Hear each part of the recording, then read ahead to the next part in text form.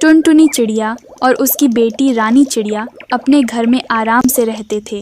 पर एक दिन टुनटुनी चिड़िया बहुत बीमार पड़ गई। माँ, तुम तो इतनी बीमार हो गई हो, तुम जल्दी से ठीक हो जाओ, मुझे तुम्हारी बहुत चिंता सता रही है। मुझे अपनी परवाह नहीं है, मुझे तो बस तेरी चिंता सता रही है। मैं तेरी खाने का इंतजाम कैसे करूंगी? माँ, तुम फिक्र मत करो, मैं खाने का इंतजाम करूंगी और आपका ख्याल भी रखूंगी। नहीं रानी नहीं, तू घर से बाहर नहीं जाएगी। ये जंगल तेरे लिए सुरक्षित नहीं है बेटा, तू अभी बहुत छोटी है। बाहर निकलते ही शिकारी पक्षी तुझे छोड़ेंगे नहीं मेरी बच्ची। नहीं माँ, तुम भूखी हो, तुम्हें अभी खाने की सख्त जरूरत है। मैं खाना लेने जा रही हूँ माँ। इतना बोलकर टुनटुनी चिड़िया के रोकने के बाद भी रानी चिड़िया घर से बाहर चली जाती है और इधर उधर खाना तलाश करने लगती है। पूरा दिन बीत गया, लेकिन मैं माँ के लिए खाना भी नहीं ढूंढ पाई। अब तो मुझे भी भूख लगने लगी है, मैं क्या करूँ? तभी कालू कौवे की नजर रानी चिड़िया पर पड़ती है और वो रानी चिड़िया के पास आकर कहता है, लगता है तुम खाने की तलाश में भटक रही हो। हाँ, मुझे कहीं भी खाना नहीं मिल रहा। मेरी माँ भूखी और बीमार है। मैं तुम्हारी मदद कर सकता हूँ, चलो मेरे साथ। तुम्हारा बहुत बहुत शुक्रिया। आज तो बड़ा इनाम मिलेगा मुझे, अब आएगा मजा। कालू कौवा रानी चिड़िया को एक दूसरी जगह लेकर चला जाता है, जहाँ जाकर रानी चिड़िया डर जाती है। वहाँ एक खतरनाक चिड़ियों को खाने वाला चील था। लगता है मैं गलत जगह आ गई हूँ, यहाँ मेरी जान को खतरा है। मेरी माँ भी मेरा इंतजार कर रही होगी, मुझे यहाँ से निकलना होगा। तभी कालू कौवा उस चील से कहता है, चील, ये देखिए, छोटी चिड़िया की बच्ची लाया हूँ आपके खाने के लिए। इसके बदले मुझे ढेर सारा इनाम चाहिए। अरे वाह कालू, ये तो देखने में ही इतनी स्वादिष्ट लग रही है, खाने में तो बड़ा ही मजा आ जाएगा। ये लो 500 रुपए। अरे शुक्रिया शुक्रिया। कालू कौवा उन पैसों को लेकर वहाँ से चला जाता है। नहीं नहीं, मुझे मत खाइए, मुझे जाने दीजिए। मेरी माँ मेरा इंतजार कर रही होगी, वो बहुत बीमार है, मुझे जाने दीजिए। बिल्कुल नहीं, मैं तुझे जाने नहीं दूंगा। मैंने तुझे पैसे देकर खरीदा है, अब तो मैं खाकर ही रहूंगा। बचाओ, कोई तो बचाओ। उधर टुनटुनी चिड़िया रानी के घर ना लौटने पर परेशान थी। अरे इतनी शाम हो गई, अभी तक रानी वापस नहीं आई। मैं सुबह तक इंतजार करती हूँ, अगर रानी वापस नहीं आई तो मैं उसे ढूंढने जाऊंगी। उधर रानी चिड़िया बहुत डर रही थी। तुझे देखकर मेरा खाने को तो बहुत मन कर रहा है, लेकिन क्या करूं, आज का खाना मैं खा चुका हूँ, इसलिए मैं तुझे कल सुबह खाऊंगा। तब तक तू मेरे पास यही कैद रहेगी। नहीं नहीं, ऐसा मत कीजिए, मेरे सिवा मेरी माँ का कोई नहीं है। अगर आपने मुझे खा लिया तो मेरी माँ का ख्याल कौन रखेगा? ए चिड़िया, मुझे ज्यादा परेशान मत कर, अभी मेरा सैर करने का समय हो गया है।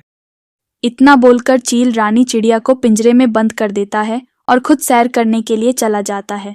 अगली सुबह होते ही बीमार टुनटुनी चिड़िया अपनी बेटी रानी को ढूंढने निकल पड़ती है। बहुत ढूंढने के बाद वो उसी जगह पहुंच जाती है जहां वो कालू कौवा था।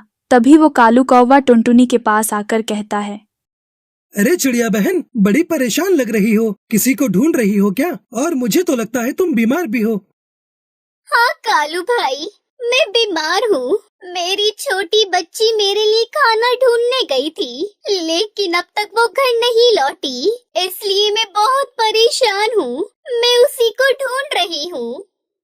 अरे लगता है ये उसी बच्चे की माँ है, जिसके बदले मुझे पैसे मिले थे। मुझे कुछ तो करना पड़ेगा। अगर ये टुनटुनी चिड़िया चील तक पहुँच गई तो चील मुझे ही खा जाएगा। अच्छा, वो तुम्हारी बेटी है? अरे उसे तो मैं जानता हूँ, चलो मैं तुम्हें उसके पास ले चलता हूँ।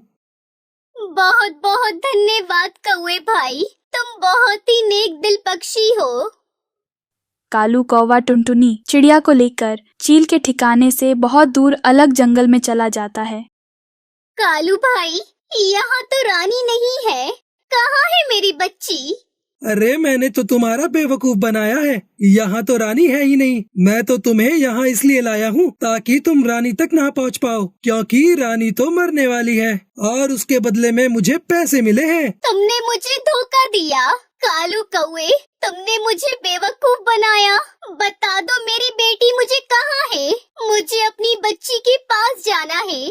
मैं तुम्हें नहीं बताऊंगा, और वैसे भी चील रानी चिड़िया को खाने वाला ही होगा। और अब मैं तुम्हें इतनी दूर ले आया हूँ, तुम इतनी बीमार हो कि रानी तक पहुँच नहीं पाओगी। अब मैं जा रहा हूँ। जैसे ही कालू कौवा वहां से जाने लगा तो टुनटुनी चिड़िया ने उस पर जोर से वार किया, जिससे कालू कौवा घायल होकर जमीन पर गिर पड़ा। एक माँ चाहे जितनी भी कमजोर हो, चाहे जितनी भी बीमार हो, लेकिन मुसीबत पर वो अपने बच्चों के पास पहुंच जाती है। इससे पहले मैं तुम्हें जान से मार दूं। बताओ मेरी रानी कहाँ है? आज मुझे रानी तक पहुंचने से कोई नहीं रोक सकता। टुनटुनी चिड़िया का ये रूप देखकर कालू कौवा डर जाता है और उसे बता देता है कि रानी कहाँ है। कुछ ही देर में घायल कालू कौवा भी मर जाता है। उधर चील रानी को खाने के लिए उसका पिंजरा खोल देता है। मुझे जाने दो, मुझे मेरी माँ के पास जाना है। मुझे जाने दो, मुझे मत खाओ। मुझे जाने दो, मुझे मेरी माँ के पास जाना है। मुझे मत खाओ।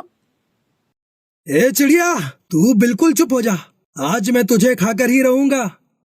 इससे पहले चील रानी चिड़िया को खाता टुनटुनी वहां पहुंच जाती है और एक पत्थर चील के ऊपर फेंक देती है, जिससे चील घायल हो जाता है।